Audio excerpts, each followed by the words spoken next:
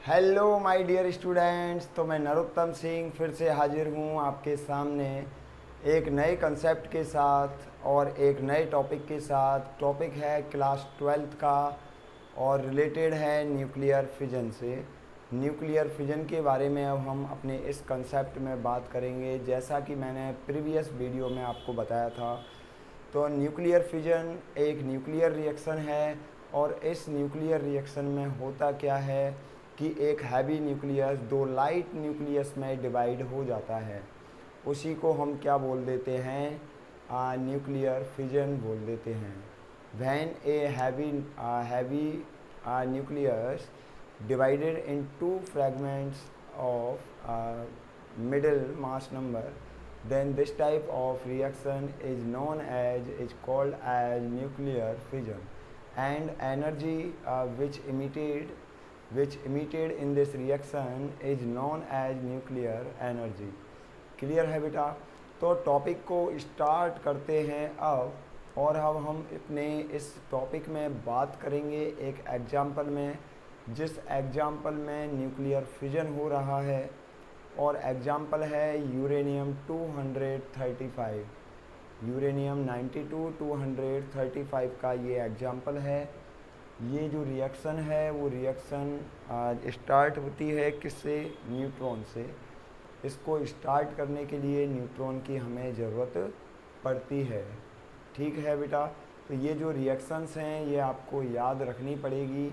इसमें आपको रटना पड़ेगा। जो रिएक्शंस हैं, जितनी भी रिएक्शंस मैं आपको बताऊंगा वो सारी की सारी रिएक्शंस आपको याद रखनी होंगी। तो मैं पहले आपके लिए वो रिएक्शंस लिख देता हूँ, फिर अब हम बात करेंगे कंसेप्ट की। जो न्यूक्लियर फिजन है वो किस तरीके से काम करता है और किस तरीके से इसमें एक जो हैवी न्यूक्लियस है वो दो फ्रेगमेंट्स में डिवाइड हो जाता है। ठीक है बेटा? तो अब हम एग्जाम्पल पे बात करते हैं। एग्जाम्पल है एक यूरेनियम से। तो एग्जाम्पल बेटा कुछ इस तरीके से है। एग्जाम्पल कुछ इस तरीके, तो रिएक्शंस बच्चों कुछ इस तरीके से हैं। रिएक्शंस न्यूक्लियर फिजन में जब स्टार्टिंग जो होती है न्यूक्लियर फिजन की, तो वो न्यूट्रॉन से होती है। तो इसमें जो न्यूट्रॉन है वो ही इसको क्या करता है, स्टार्ट करता है रिएक्शन को। जब एक न्यूट्रॉन यूरेनियम 235 इससे क्या करता है, बॉम्बार्डिंग कराई जाती है न्यूट्रॉन्स की इस न्यूक्लियस पर। तो ये न्यूक्लियस दो फ्रैगमेंट्स में डिवाइड हो जाता है। ये जो फ्रैगमेंट्स हैं वो है एक तो 56 Va144 बैरियम, एक क्रिप्टन 36 एंड 89, और साथ में 3 न्यूट्रॉन यहाँ से इमिट होते हैं। इसी तरीके से ये जो रिएक्शन है, यहाँ कोई ज़रूरी नहीं है कि इसमें रिएक्शन में केवल ये दो न्यूक्लियस ही हमें मिलेंगे, ऐसा कोई ज़रूरी नहीं है। ये जो रिएक्शन है वो कुछ इस तरीके से भी हो सकती है, जैसा कि यहाँ शो किया है एग्जाम्पल नंबर 2 में। ये भी वही न्यूट्रॉन से स्टार्ट हो रही है और इसमें वही यूरेनियम 92 235 है। और इसमें लेकिन जो न्यूक्लियस है वो अलग ही फ्रैगमेंट्स में डिवाइड हो रहा है। यहाँ अलग दोनों फ्रैगमेंट्स हैं, दोनों कंपोनेंट्स अलग हैं, और यहाँ जो दो फ्रैगमेंट्स हैं वो अलग हैं। ठीक है ना? तो कोई ज़रूरी नहीं है कि जो न्यूक्लियस है वो केवल यही फिक्स Ba और Ka, दो बैरियम और क्रिप्टन, केवल इसमें ही चेंज होगा। ये इसमें भी चेंज हो सकता है। इसी तरीके से ये जो थर्ड रिएक्शन है उसमें भी यही शो किया गया है कि जो रिएक्शन है उसमें ये जीनोन और स्ट्रोंशियम ये न्यूक्लियस भी हमें मिल सकते हैं। साथ में न्यूट्रॉन्स 2 भी इमिट हो सकते हैं, 4 भी हो सकते हैं, और 3 भी न्यूट्रॉन्स यहाँ से रिएक्शन से इमिट हो सकते हैं। तो बेटा ये जो रिएक्शन है वो कुछ इस तरीके से थी न्यूक्लियर फिजन, जिसमें कोई भी एक हैवी जो न्यूक्लियस है वो किसी भी दो फ्रेगमेंट्स में, दो मीडियम मास नंबर के फ्रेगमेंट्स में डिवाइड हो सकता है। ठीक है बेटा? अगर रिएक्शन समझ में आ गई हो तो यहाँ तक इनका स्क्रीनशॉट ले लीजिएगा।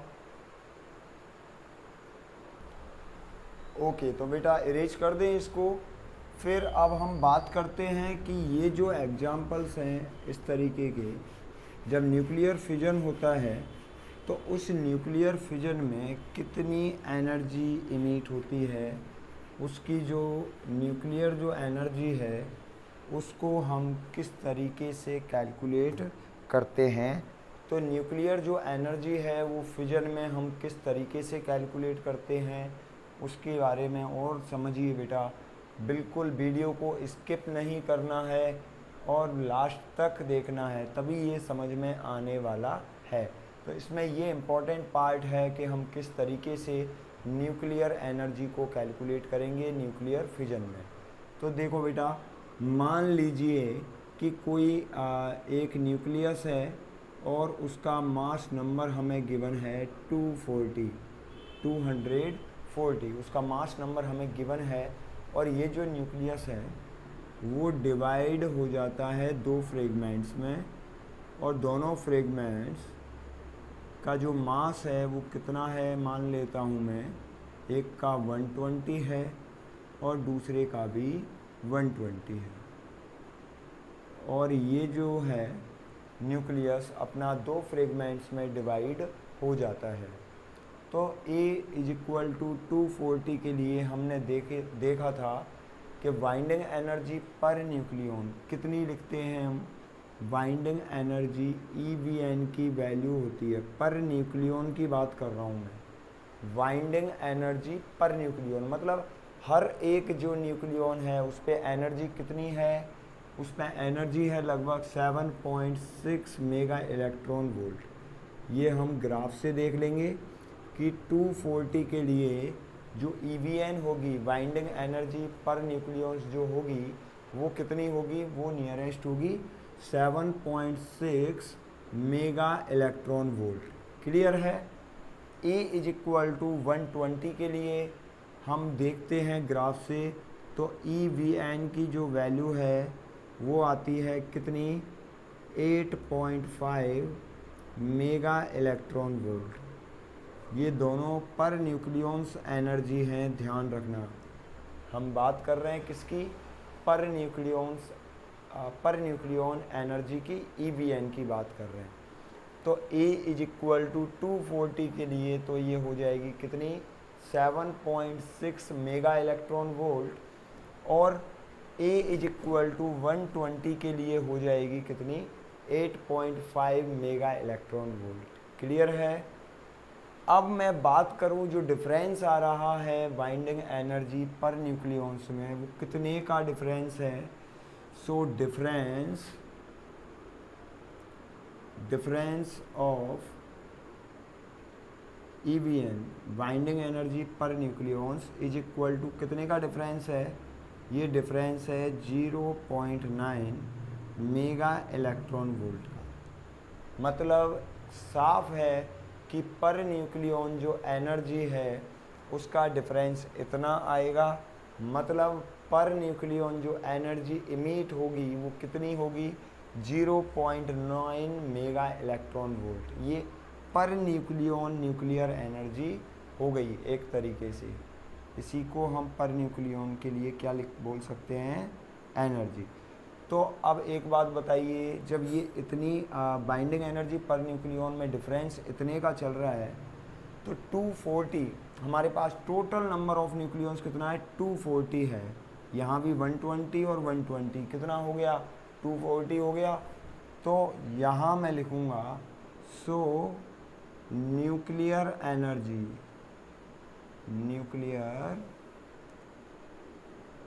एनर्जी या ये कह दूँ EBN बाइंडिंग एनर्जी पर या ये लिख देता हूँ nuclear energy related to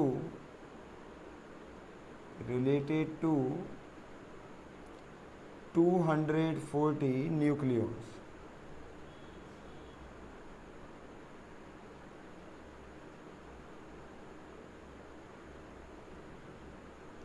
to 240 nucleon से जो रिलेटेड एनर्जी होगी वो कितनी होगी, 240 इंटू 0.9 मेगा इलेक्ट्रॉन वोल्ट कितना लिखा जाएगा, इसको मल्टीप्लाई करेंगे, ये आएगा 216 मेगा इलेक्ट्रॉन वोल्ट। तो एग्जाम्पल में साफ है बेटा कि जो बाइंडिंग एनर्जी है, जो न्यूक्लियर एनर्जी है 240 न्यूक्लियॉन से वो कितनी इमिट होने वाली है, वो इमिट होगी 216 मेगा इलेक्ट्रॉन वोल्ट। तो क्लियर है, उम्मीद करता हूँ आपको टॉपिक समझ में आया होगा। यहाँ तक का पहले स्क्रीनशॉट ले लीजिए, फिर बाकी बात करें। तो स्क्रीनशॉट ले लिया बेटा, क्लियर है। तो बस इस वीडियो में हम यहीं तक चर्चा करने जा रहे हैं। यहाँ अपना फिजन ख़त्म हो जाता है। उम्मीद करता हूँ कि आपको जो फिजन है, न्यूक्लियर फिजन, अच्छे से समझ में आ गया होगा और किस तरीके से फिजन में 260 MeV जो एनर्जी है वो इमिट हो रही थी। तो बेटा फिर मिलते हैं नए वीडियो में नए कंसेप्ट के साथ। अगला जो अपना कंसेप्ट है वो है न्यूक्लियर फ्यूजन। यहाँ तो एक हैवी न्यूक्लियस डिवाइड हो रहा था दो फ्रेगमेंट्स में, उसमें दो लाइट न्यूक्लियस आपस में कंबाइंड होकर एक हैवी न्यूक्लियस, मीडियम लेवल का एक जो हैवी न्यूक्लियस है वो प्रोड्यूस करेंगे। तो उम्मीद करता हूँ आपको यहाँ तक कंसेप्ट अच्छे से समझ में आया होगा।